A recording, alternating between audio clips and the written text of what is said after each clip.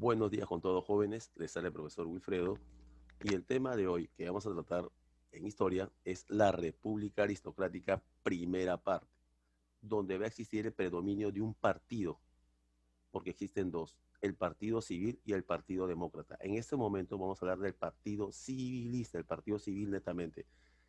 Y es a partir más o menos a partir de este periodo donde comienza realmente el primer civilismo. ¿Cuáles son las características predominantes que van a tener justamente este partido? Es que van a existir, por ejemplo, desastres internacionales, económicos y políticos, ya que nosotros vamos a tener problemas con todos los países que limitamos. Ecuador, Colombia, Brasil, Bolivia, con la misma Chile incluso.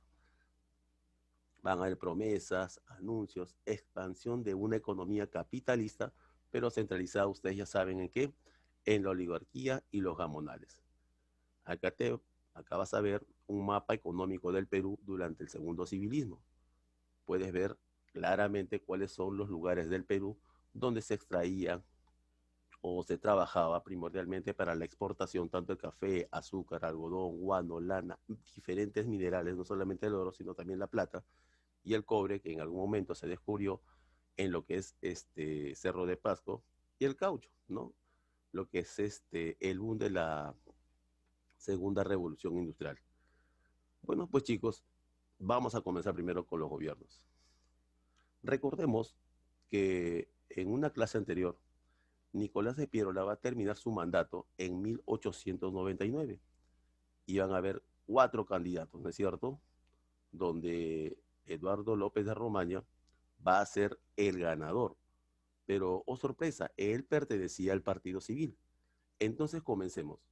Gobiernos de Eduardo López de Romaña, de 1899 a 1903.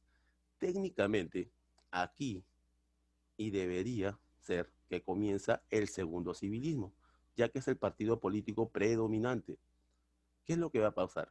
Primero que nada hay que conocer que el gobierno de Eduardo López de Romaña es considerado a él como el primer presidente que va a ser ingeniero.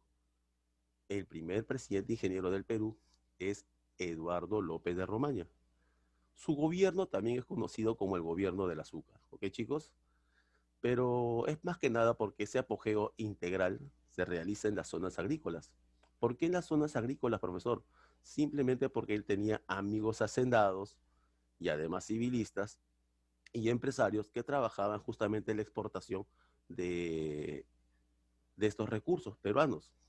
Además, el obrero y el indígena aún seguían con los mismos tratos, tratos diferenciados, tanto en la parte de las obras, tanto para el indígena, tanto para incluso para la explotación de las mismas tribus en la zona de la selva.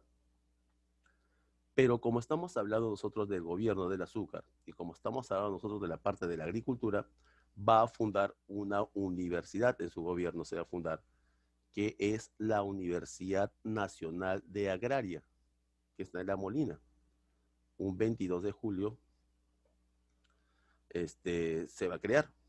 Recuerden que se va a descubrir, ¿no es cierto?, la mina de cobre en Cerro de Pasco y aparece una gran empresa que se llama Mining Company, que se va a encargar de exportar los minerales y además de explotar a los mineros. Otra cosa muy importante, como tenían que exportar y explotar los minerales, se va a construir una forma de poder vializar justamente estos minerales y se construye el ferrocarril de La Oroya hasta Pasco. ¿Ok? López de Romaña, en su gobierno, va a romper relaciones con quién? Con Chile. Profesor, ¿por qué con Chile justamente? Porque recuerden que ya habían pasado los 10 años y Chile no quería entregar ni Tacna ni Arica. Es más, Chile había impuesto la chilenización, o sea, imponer su cultura en qué zonas, en la zona de Tacna y Arica. Tuvo, como te estaba mencionando, problemas con los diferentes países vecinos, como son los de Colombia, Brasil, Bolivia y Ecuador, y más adelante nuevamente con Chile. Bueno, termina su mandato. Convoca elecciones, pero, oh sorpresa, solamente se presenta un candidato. ¿Y este candidato era demócrata o era civilista, profesor? Sigue siendo civilista, ya que la gran mayoría de las elecciones estaban amañadas, simplemente para que los civilistas continúen pues en el cargo. Y ingresa Manuel Candamo, gobierno de Manuel Candamo, también civilista, de 1903 a 1904. Profesor, pero ¿por qué duró tan poco tiempo si él tenía que regir como máximo representante del Perú durante 4 años? Va a durar muy poco tiempo porque Manuel Candamo, va a fallecer de un mal cardíaco, chicos, pero va a dejar algunas ideas. Por ejemplo, va a conectar, él pensaba y él quería que todas las empresas se conectaran, pero por medio de ferrocarriles. ¿Por qué? De esa manera era más fácil la extracción y la exportación de materias primas. De esa manera también se aliviaría un poco el trabajo de los obreros. Los obreros en ese momento, los indígenas estaban tranquilos y decían, uff, por fin, todo tranquilidad, todo paz, pero, oh sorpresa, Manuel Candamo fallece. Y bueno, pues solo quedó en ideas. Otra de las cosas que pasó durante el gobierno de Manuel Candamo es que se va a reconocer la independencia de Panamá. Profesor, pero Panamá, Panamá en ese momento también era parte de Sudamérica, se consideraba también como limítrofe con el Perú. Sí, porque Panamá en un principio era parte de Colombia. Entonces, justamente el 3 de noviembre de 1903 es cuando realmente Panamá se independiza de Colombia. ¿Entienden? Así que nuevamente, después de la muerte de Manuel Candamo, se va a convocar nuevamente a elecciones. Y oh, sorpresa, chicos, otra vez. Solamente va a haber un solo candidato. Y en este caso también va a ser, sí, civilista. Gobierno de José Pardo y Barreda, de 1904 a 1908. Como ven, chicos, ya todo estaba planeado, ya que siempre era parte de la cúpula del civilismo, todo era parte de esta cúpula. El pueblo y en general los obreros estaban muy molestos con el partido civil. Por eso, en este gobierno, justamente en este gobierno de José Pardo y Barreda, se van a formar los primeros sindicatos, chicos. Y se dieron forma a las diferentes huelgas durante este gobierno en el país, principalmente en Lima, como por ejemplo la que se produjo en 1905, la primera huelga, que es la Unión de Trabajadores Panaderos en 1905. Más adelante, ya en 1907, se va a dar la huelga de estibadores, pero en el puerto del Callao, en 1907. Por eso se encargó de analizar, ojo, solamente de analizar y no resolver sus problemas. Todos estaban en contra de la forma del gobierno que tenían en general los civilistas, ya que todo era para los grandes jamonales, los grandes oligarcas y las grandes empresas extranjeras. Y nada para el obrero, menos para el indígena y obviamente menos para las tribus que estaban siendo acosadas e incluso manipuladas de una manera cruel y hacerlos trabajar sin ningún beneficio. Entonces, ¿qué es lo que va a hacer José Pardo y Barreda? Ok, vamos a calmarnos un poco. Él se va a dedicar a una cosa principal, que es la construcción de miles de colegios, chicos, miles en todo el Perú. Entonces él va a buscar una educación inclusiva. Incluso se va a crear el turno noche. ¿Para qué, profesor? Para aquellos obreros o personas que trabajen y después de hacerlo puedan estudiar. Poco después se va a construir las vías ferroviarias, pero ya no desde La Oroya hasta Cerro de Pasco, sino desde La Oroya a Huancayo. Ya la viabilidad era un poquito más amplia. Pero justamente en estos problemas, otra vez va a existir problemas con los países limítrofes. Más que nada, ¿por qué? Por el caucho. Pero también él va a esquivar justamente esta petición y les va a pedir que por favor el siguiente gobierno se encargue justamente de este malestar que tenían los países vecinos. Y va a convocar otra vuelta a elecciones generales. Y sí, otra vez. un solo candidato y también era civilista. Gobierno de Augusto Bernardino Leguía y Salcedo, de 1908 a 1912. Ya todos eran civilistas, todo el Perú sabía que todo estaba amañado. ¿Qué pasaba? Recordemos y vayamos un poquito atrás.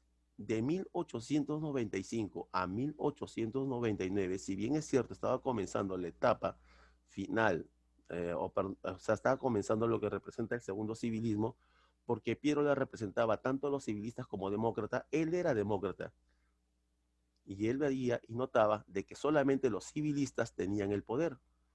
Por lo tanto, los pierolistas van a querer dar un golpe de Estado, donde incluso Leguía es sacado de Palacio de Gobierno y además va a ser golpeado. Y se le pidió que renuncie a la presidencia. Es más, lo llevaron a la zona que queda en la avenida Junín, que representa la Santa Inquisición, y dentro del mismo monumento de Simón Bolívar le dijeron que renunciara. Y él con su frase decía, no firmo. Y no firmó, o sea, no firmó su rendición ni firmó su abdicación. Continuó en el mismo puesto. Además, tuvo el apoyo de todo el pueblo y por eso expulsaron a los pierolistas. Caso curioso, porque Nicolás de Piérola no fue el que inició justamente este golpe de Estado, sino lo hizo su hermano. Y su hermano se llama Carlos de Piérola y estaba acompañado de sus dos hijos, Isaías y Amadeo de Piérola. Pero como ustedes saben, el apellido pesa bastante y Nicolás de Piérola también tuvo que refugiarse fuera de Lima. Bueno, ante tantos paros de parte de los trabajadores, porque todavía existían diferentes paros a nivel nacional y huelgas, Augusto B. Leguía va a crear una nueva ley, la ley de accidente de trabajo, chicos. Profesor, ¿y qué representa la ley de accidente de trabajo? Sí, más o menos lo entiendo, que es que si sufres algún tipo de accidente en el momento y en el lugar o en tu trabajo, solamente en tu trabajo, obviamente la empresa que te contrata tiene que subvencionar todos los gastos en tu recuperación y pagarte obviamente los sueldos en el momento en el que tú no puedes trabajar para ellos. Además de eso, chicos, se va a descubrir en este gobierno, entre comillas, descubrimiento, pero de manera científica, Machu Picchu. ¿Y cuándo, profesor? Un 24 de julio de 1911, porque van a venir diferentes estudiosos de la Universidad de Yale en Estados Unidos y el principal personaje o estudiante y arqueólogo era Hiram Bigman o Bigham, que era estadounidense. Y es justamente en este gobierno donde ya se conoce mucho más y se crea como patrimonio nacional lo que es la zona arqueológica de Machu Picchu. Bueno, vamos a continuar, chicos. Se va a convocar ahora a elecciones, pero esta vez van a haber dos candidatos, ¿ok, chicos? Van a haber dos candidatos. Pero antes de eso quería mencionarles algo. Justamente es en este gobierno de Augusto B. Leguía, me salté, que sí, pues, profe, se recuerda que diferentes, diferentes gobiernos, como en un principio fue de López de Romaña, de Manuel Candamo y del mismo José Pardo y Barreda, tenían problemas limítrofes con los diferentes países, sí, pues chicos. Y es justamente Augusto B. Leguía con quien le toca justamente afrontar este tipo de problemas limítrofes. Y es por eso que su gobierno va a tener problemas y va a tener que firmar cediendo territorios. Sí, chicos, el Perú empezó a ceder territorios simplemente por contrato. Algunos dicen que amañados también porque le estaban dando dinero a Augusto B. Leguía. El primer contrato va a ser el Tratado de Polo Bustamante en 1909, que es el tratado limítrofe con Bolivia, donde nosotros perdemos gran parte de lo que representa o parte de lo que representa nuestro territorio nacional. Y el otro es el de Velar de Río Branco, que es el Tratado de Brasil con Brasil en 1909.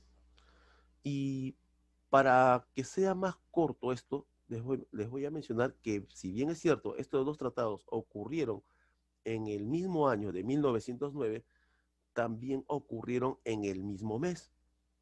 El de Bolivia un 17 de septiembre de 1909 y el de Brasil un 8 de septiembre de 1909.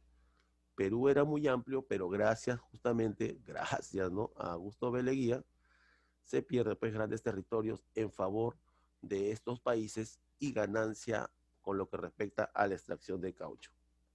Bueno, ahora sí continuemos. Va a terminar el gobierno de Augusto B. Leguía en el año de 1912 y se va a convocar a nuevas elecciones. Pero esta vez hay dos candidatos jóvenes.